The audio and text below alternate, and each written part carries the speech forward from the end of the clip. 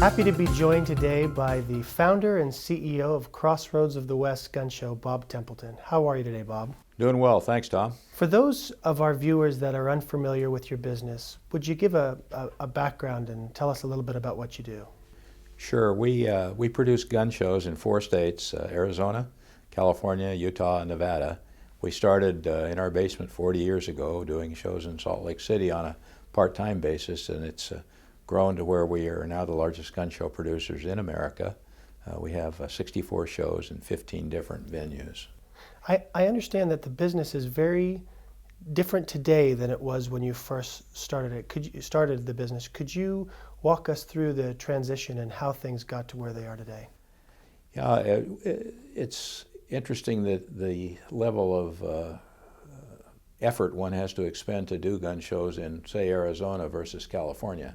California is arguably the most anti-gun state in the union, and we have to deal with legislation and administrative and law enforcement matters over there on a regular basis. So we've had to become much more active in the political side of things in California just to be able to maintain the opportunity for people to go to gun shows, for us to be able to maintain the opportunity to have a forum like a gun show, a Second Amendment forum, but a First Amendment forum, if you will, also an opportunity for people to get together who share like views and share those views at a show. And I think that view, that First Amendment view, is one of the things that motivates the anti-gun forces in California and elsewhere to be opposed to gun shows. That the fact that there are people of like mind getting together there, talking about things that they would rather have us not talk about, the Constitution and the Second Amendment, our constitutional right to keep and bear arms. Yeah. When did you know you were an entrepreneur? That's an interesting question. I think it was a gradual evolution for me. Out of college, I went to work for Xerox Corporation, and I was a corporate kind of a guy and thought that's where I'd probably spend my career. I loved my time there and took advantage of all the great sales training and management training that Xerox had to offer in those early years. But as I progressed in the corporate culture, I always had in the back of my mind that I'd like to have a gun store.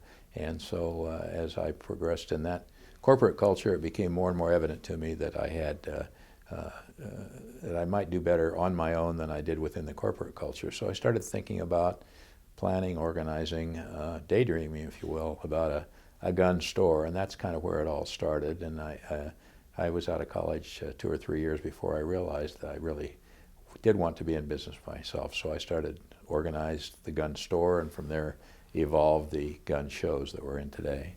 Now, you mentioned that you spent some time at Xerox. I've found some of the greatest marketing and sales minds I've met have gone through that program. With your business, what's your marketing and sales strategy, and how would you explain that strategy leading to the success of the company so far? Well, one of the things I learned at Xerox was as you make sales calls or as you engage in conversations, selling type conversations, that you need to be able to ascertain what the needs of the person that you're talking to are. So the Xerox method is grounded in asking a lot of questions so that we can determine what the needs of people are. And that training, plus the confidence that it gave me working for a company like that in those early years, it was very helpful to me as I organized my gun store, because I was able to go in and talk with credit managers or wholesalers or wholesale business owners, and was able to determine what they expected from their customers and that they sold guns wholesale to. So that particular training was useful to me in determining that, in presenting my side of things and selling the idea of my dream of a gun store, and I got lines of credit that were way beyond anything that I was, financially qualified to have, just because of that personal interaction and because of making commitments to them small commitments that I lived up to, which gradually resulted in larger lines of credit. That was particularly true at Browning Arms Company, where I worked for a while, and they did a lot to help me capitalize my gun store business. So we have a viewer that's watching this now and is considering starting a business for the first time. What advice do you have for that person in getting started? Follow your dream. Basically, it all begins with dreaming and thinking about what it would be like to be in business for yourself. There's a lot of risk involved, obviously, in taking the leap. We go into business for various reasons. Maybe we've been downsized out of a corporation. Maybe we've been laid off. Maybe we've always had a desire to be in business for ourselves, and think that maybe now is the time. But I think you need to first begin the daydream, then start to write things down, and then start to formulate a rudimentary business plan. And involve your family members. That's one of the things that I would really encourage people to do. Our business is started with my wife and I in our basement running things, and it's grown to where it is now, but we still have a lot of family involved in the business, and you need that kind of support and that kind of input. So I'd encourage people to involve their families and do that. I'd encourage people to do as much as they can independently and on their own. It'll surprise anyone who's organizing a small business, how much support you get from family and friends. Family and friends can be a source of financial help, but they can also be a source of support and input and ideas for starting and organizing and operating your business successfully. Now, one of the challenges people have as they start to grow their business is the term getting the right people on the bus. And human resources and hiring the right people is such a critical part of maintaining success. You mentioned starting with family members. Outside of the family members, how have you found the right people? And what advice do you have to someone that's growing a business on making sure that they get talent and then keep talented people? Well, first of all, you need people with integrity. So you look at demographic groups or social groups that you might have integrity. Church folks, people who are involved in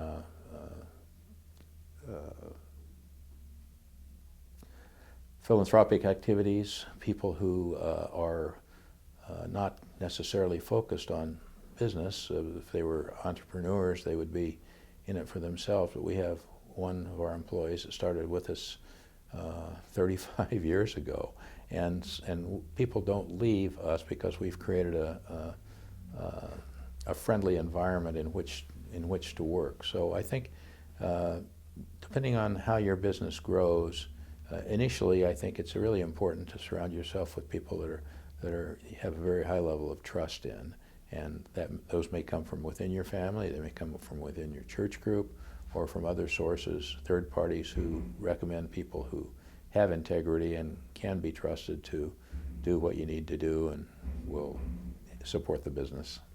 Now, a number of entrepreneurs that I've worked with and been able to visit with really are concerned about the legal environment in our country and our state today, and they actually don't grow their business above a certain point because they are concerned about being more of a target for lawsuits, ambulance chasing, and the like. What's your strategy when it comes to lawyers and the law, and what's your recommendation to someone that's starting out so that they start the right way? Well, eventually, even initially, you need some help legally in forming your business entity. So my recommendation would be to get started with an attorney, perhaps a younger attorney who's not as expensive as some of the larger law firms might be. But you need an attorney to help you with basic things, although you don't need to spend a lot of money on that aspect of it. You need someone who's a professional accountant to help organize your bookkeeping and Things are much simpler now because we have so many computer programs, Quicken and other programs that are friendly and easy to use to keep track of basic things. But you need to make sure that in the highly regulated environment we work within, as businesses, that you meet all the tax deadlines and do all the things that keep you in compliance. And so having an attorney and an accountant available to you are important things, but you shouldn't invest all your initial capital, seed capital, in getting ones of those. Most of them many people will be willing to support you and give you the kind of advice you need for not very much money as you get started. You'll be surprised as you get going how people, I use the word admire, for lack of a better word, admire you for taking the risks that you are taking to go into business for yourself. And so you'll be pleasantly surprised at the support which you'll receive from people all around you, not family and friends and others. In the free market, we have a model of competition. And there's a creative, destructive process in business where new technology and new ways of doing business till the soil. For a business that has been around for so long and successful so long, what's your strategy on competition? And then what advice do you have for a small business on how they should brace themselves for that competitive environment? Well, there are very few businesses that are not competitive. If there is an opportunity there, people have moved to address that opportunity. Our model has always been we found a rather narrow niche and tried to fill it completely in terms of filling a schedule and filling the calendar up with shows so that dealers or vendors who wanted to be full-time in their business could do a Crossroads show someplace in the West on any given weekend. So we have typically one show and sometimes two on most weekends except holidays throughout the year except during the summer. So my advice would be to find a narrow niche and attempt to do what you can to fill it. Customer service is the basis for our success and our customer interaction. And our customers, we have two types of customers. We have the vendors or the dealers who attend our shows and set up to sell their wares, and then we have our customers that come through the gate. So we've always tried really hard. We've used the Disney model of customer service to try to train all of our people to take care of people, and under-promise and over-deliver has been kind of our mantra for the 40 years that we've been in business, and it seems to have worked well. We've made a lot of friends, and we have a lot of support within the community just because we've tried to use that Disney model of customer service, genuine concern for the welfare of those that we serve, and it's the Marriott model also, and it seems to have worked very well for us. You ask about competition, and I probably should address that directly. We have competition in our business too, but that customer service orientation that built into our business model of taking care of the needs of our people and over-delivering when we can, where we can, has served us well. And so I think that's one of the key things people will need to focus on as they start a new business, differentiating yourself from what the competition is by providing that extra mile of service or giving people things that are not expected. Wonderful. So the next question, I hope won't show too much of my bias, but I want to split it up into two questions. Education. What's the importance of getting an education and getting a degree? That's part one. And then part two is, what things do they need to study and to learn and actually be proficient in before they jump into the arena and start the business? Well, I think a college education helps one's orientation in being able and willing to learn. My degree opened a lot of doors for me in terms of my early access to Xerox and to Browning Corporation, where I was employed. Even though I didn't use the actual, I'm trained as a biologist, and so even though I didn't use my actual training in those jobs that I had, I was able to open a lot of doors with the degree. So if you have a degree and if you have an opportunity to get a degree, I'd encourage you to get that. But if you don't have one, don't ever let that hold you back. You need a basic knowledge of accounting, and I would encourage people to take accounting classes where they can. The basic business curricula to various colleges are very good, but you don't have to have those kinds of skills. You can hire those kinds of specialized skills, legal and so forth, as you move forward with your business. But if you have an opportunity to go to school, I encourage you to do it. If you're an older entrepreneur, I'd encourage you to take specialized courses, such as perhaps a graphic design course, so you can formulate your own advertising materials, or a basic accounting course so you can keep your books. So general education opens doors, but it shouldn't be a barrier to becoming an entrepreneur, because you can acquire the kinds of specialized skills that you need if you have the basic entrepreneurial business drive and a viable business plan. Last formal question. If we could go back through the history of the company and go back down the path that you've taken to get where you are today, I'd like to look at certain crossroads that you've come to. And if you wouldn't mind, talk about a time where you did something that if you could go back, you might do differently, and how that might be able to help someone as, learning from your experience so that they can avoid it. And then secondly, and that same crossroads model, what would you say were some of the choices that you made along the way that did allow you to have the success that you have today? Well, that's a big question. It's a tough one. tough one. And have you got an hour or two? I think we all have run into a lot of bumps in the road. One of the decisions which we made early on, which I think was a good decision, was to try to do things without taking in partners. There was a temptation when we expanded our gun show business to California.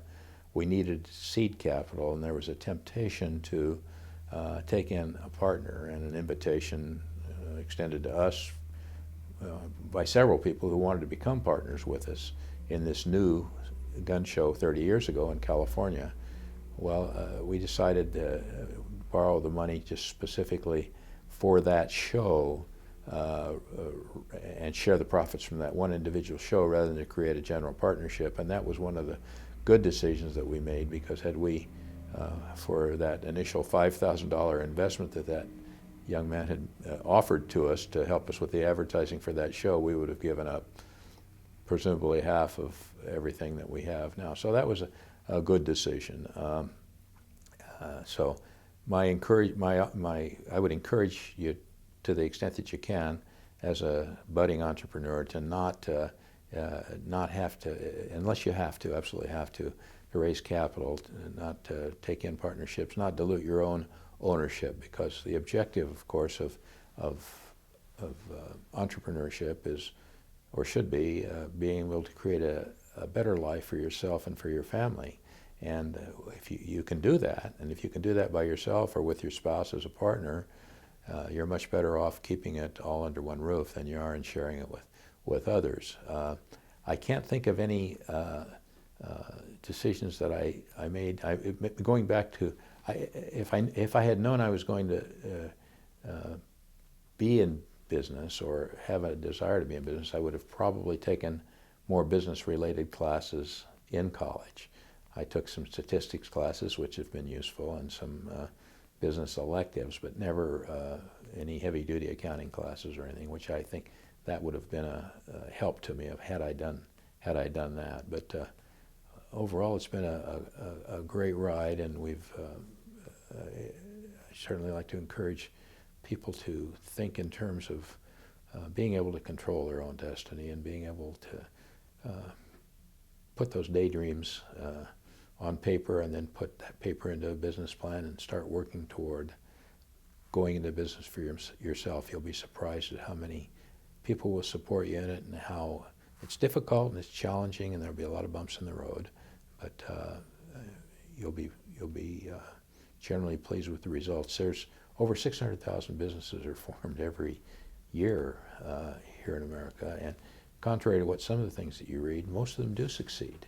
Most of them do succeed, and they're sometimes very narrow niche businesses. Sometimes they're more broadly based, and with the technology explosion that we're in, there are more and more entrepreneurial opportunities created literally every day. So think along the lines of being able to identify a need or in an area of product or service and being able to provide that, and organize your activities to do that, and you'll be successful. My encouragement would be to everybody to consider going into business for themselves, whether they have a special set of circumstances that may nudge them in that direction, or whether it's always been a dream. It's a good life. Again, a lot of bumps in the road and challenges, a lot of sacrifices, but the payoff is financial independence for yourself and for your family, and that's the gift of entrepreneurship. Love it. I want to thank Bob Templeton, the founder and CEO of Crossroads of the West Gun Show, for joining us today. Thank you, Bob. Thanks, Tom.